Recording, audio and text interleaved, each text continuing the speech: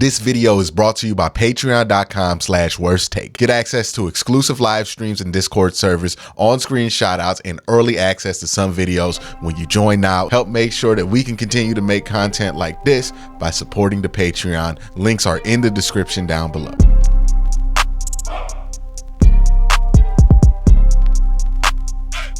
One thing that has certainly changed for covering the Browns is how you cover how the Browns manage the roster.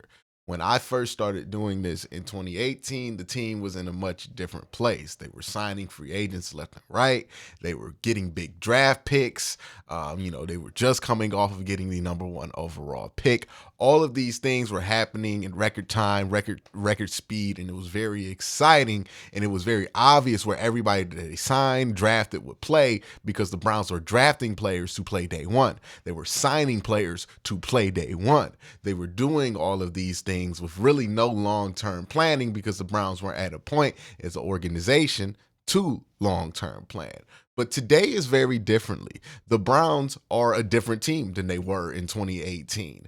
They do have to plan long-term because they have a lot of contracts. They kept a lot of their guys. And one of the areas where you have to look at long-term planning is the offensive line. Now, I plan to do this with a bunch of different position groups throughout the year, right? Where I'm going to look at position groups, look at the 2-year plan for the Browns at those position groups, and how that can change and how the makeup of that room can change over the next couple of years. The first room I want to do this with is with the offensive line room. I think that's going to be a very interesting conversation to have. So before we jump into it, one of the things we have to talk about with the Browns offensive line room is the good and the bad of that whole situation. So one of the things that has to be considered when we're talking about, hold on.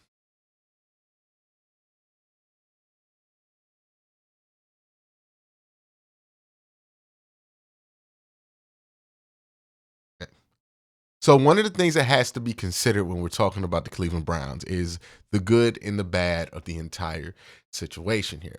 Now, you can look here on the good side. You have Wyatt Teller, Ethan Pocic, Joe Bitonio, all under contract through 2025, which I think is a huge boon. You have the interior of that offensive line not only sold up, but sold up by really good players. Ethan Pocic is a Pro Bowl level player. Wyatt Teller, Joe Bitonio, both all pro level players. That's really good for the next couple of years, that you don't have to worry about those positions or worry about having to have anybody ready to play those positions until after 2025. You also have a right tackle in DeJuan Jones on cheap money. That's a big deal. Luke Whippler, I think he's going to be somebody who's going to be an interesting prospect for this team. I liked him a lot coming out of Ohio State. Really like where the Browns were able to get him in the 6th round. Really looking forward to see what the future is for that kid. Now, the bad for the Cleveland Browns contract situation or cap situation when it comes to the offensive line is Jack Conklin's contract, especially for 2024. There's just nothing you can do about it.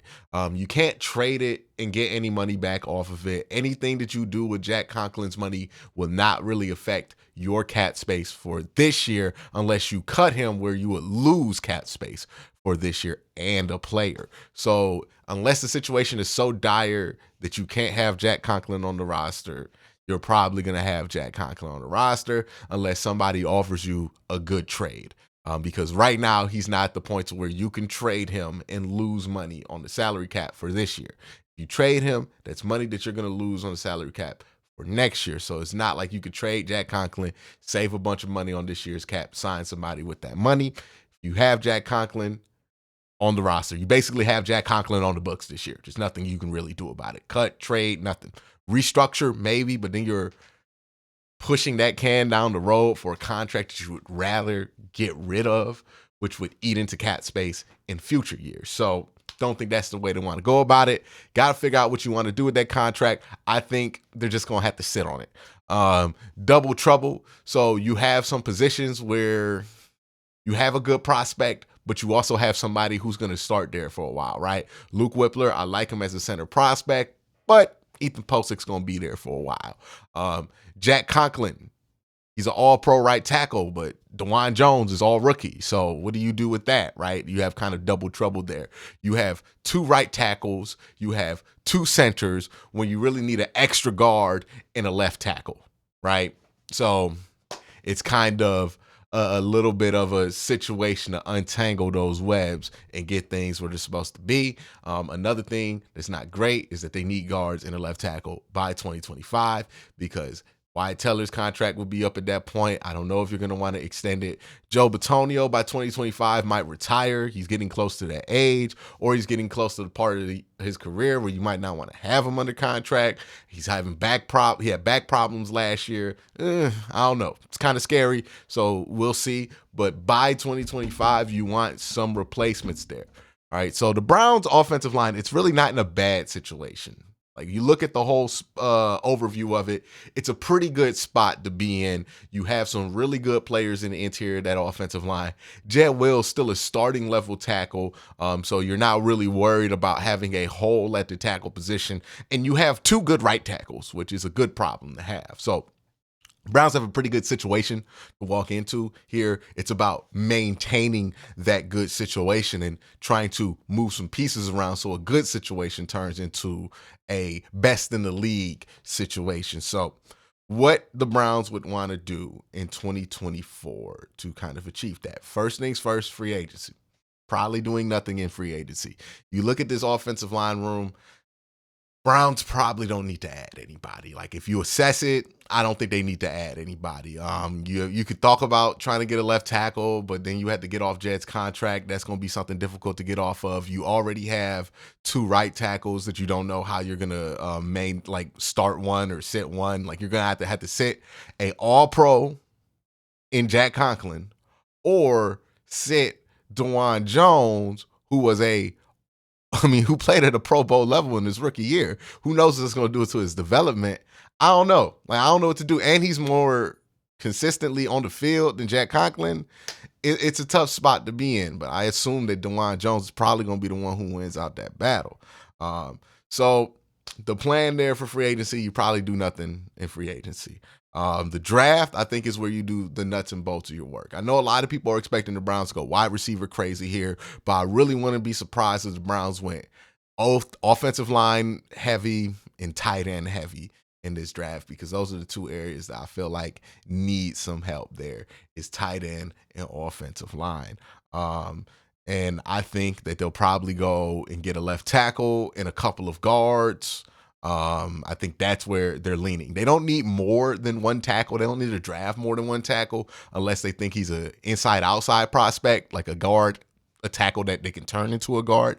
They don't really need that. But what they do need is guards, right? They're going to need some guards pretty soon here with Wyatt and Joel and Ethan's contract coming up after 2025. So I would think that they're going to draft some guards. They're going to get a left tackle because at the very least, if you get a left tackle this year, if that guy pans out and he starts after Jet leaves us, awesome, great. But if the left tackle you draft is decent but not necessarily starter, okay, cool, you just got a swing tackle. I think Roger Rosengarten is a good prospect for this, a really good athlete. He played on the blind side of Michael Penix. Guys who are blind side blockers for left-handed quarterbacks tend to be decent swing prospects because you're doing blindside techniques, but you're on the right side, so they tend to be a little bit more versatile. Saw him at the Senior Bowl, play both sides of the offensive line. Thought he did a good job there. You're also going to have a shot at somebody like Kingsley Samatatia, who's more of a developmental prospect, but it's kind of what you're looking for. Good length, really strong guy, needs to learn his hand placement a little bit better, but still somebody who has some left-right swing potential if it doesn't work out for him at the left tackle spot. So that's going to be what I would do there. You're going to want to draft a couple of guards on top of that. And the reason, again, you want to do this is to make sure that you have pieces, depth, because you're going to be losing some players next offseason. So let's move to next offseason. In 2025, you're going to have a very simple plan, I think. First things first, you're going to cut Jack Conklin or trade him, right? If somebody wants to trade for Jack Conklin, awesome. If you just got to cut Jack Conklin, Even better. I don't think you're gonna be in the spot to where you just charity dump him, right? Where you trade him for like a 5th round pick. Like if somebody wants Jack Conklin, they gotta want him like 4th round pick bad or 5th round pick bad. I don't think you dump him for a 6th, 7th round pick unless he requests to be somewhere specifically. And but either way, you cut him, you trade him. It's the same cap loss. It was the same cap savings. You get about $11.6 million in cap savings. You probably let Jed walk in free agency. Jed Wills probably not getting that extension here. I think you want to make moves if you're the Cleveland Browns in this year's draft, so you're not left with your hands tied in 2025 and kind of forced to give a good contract, a really good contract to a player that you think is kind of slightly above average. You want to avoid being in that spot. The area where teams get in trouble with, it's not when they give good players big money. When you give good players big money, that's not usually the problem. The problem with teams and the teams that get kind of cap stuck is when you give above average players great player money, right? And that's kind of what it would require to get Jed Wills. And he's an above average player, but you don't give him great money. That's going to leave you in a bad cap spot. And again, that's why you draft a left tackle in day 2 this year, so you can avoid having to be in that situation. I think this is the right draft to do it in. I think you're going to have a couple prospects there that you like at that left tackle position available to you at 55 whenever the Browns pick in the 2nd round or 3rd round. So that's a spot that the Browns can look at. Another thing, let's see, Joe Bitonio. You're going to want to do a check-in on Joe Bitonio and see where he's at health-wise. Can he go through another season, or is it time to really seriously start to look at replacements for Joe? You just want to figure out where you have to sit on that. Another thing to remember, you have a 1st-round pick. This is the first year since the Deshaun Watson trade that you will have your 1st-round pick back. Let's assume that Deshaun Watson plays well. If he plays well, that 1st-round pick can be used on the left tackle. Even if he doesn't play well, you still got DTR in the contract. So you have somebody young that you feel like you can play if need be. And you can also get a left tackle there in the draft, or just best player available. So let's look at the plan, right? I got the depth chart here. So let me pull that up and bring up the plan.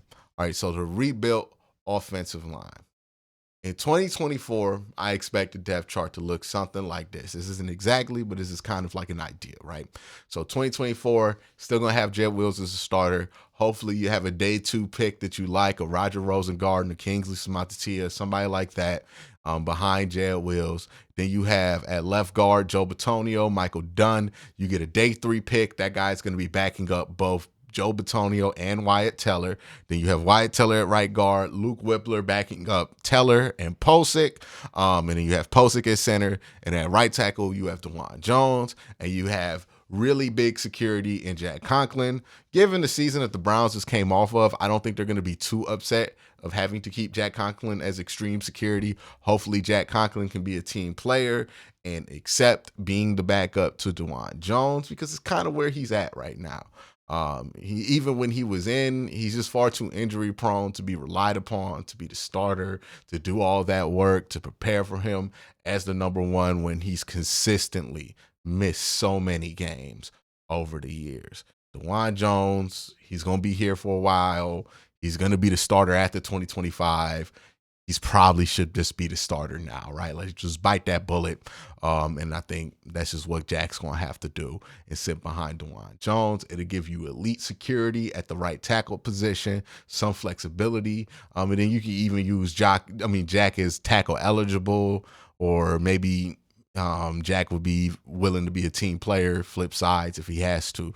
2025 at left tackle, I would assume if you like your day 2 pick from 24, like let's say you get Roger Rosengarten and you like Roger Rosengarten, he plays well, and you think he can give it a go at left tackle, you give him a go at left tackle. You use that 1st-round pick on something else, and you get a free agent veteran to back up Roger Rosengarten. And that would be a cheaper option. But if you don't love Roger Rosengarten, you think of him more as a swing tackle, then you put him as a swing tackle behind both the left and right tackle, and then you draft the first round pick that you start at left tackle in 2025. So that's what the left tackle situation will be. It's going to be pretty young. Joe Bitonio, if he's still here, you put him in there. You have the day 3 pick backing him up. You probably get a free agent behind it. If you don't feel great about Joe, but you like the day 3 pick, then you let Joe go. You get the day 3 pick. The job, more than likely, is going to be Joe, day 3 pick, free agent, and then you draft somebody in like the second round in 2026 to replace Joe Bitonio. Ethan Posick with Luke Whippler. Nothing changes at center. Right guard, Wyatt Teller. And he had that same day 3 pick backing him up. And then DeJuan Jones, the day 2 pick, being the swing tackle, and then a free agent there for insurance. So I think that's what the Browns rebuild on the offensive line is going to look like.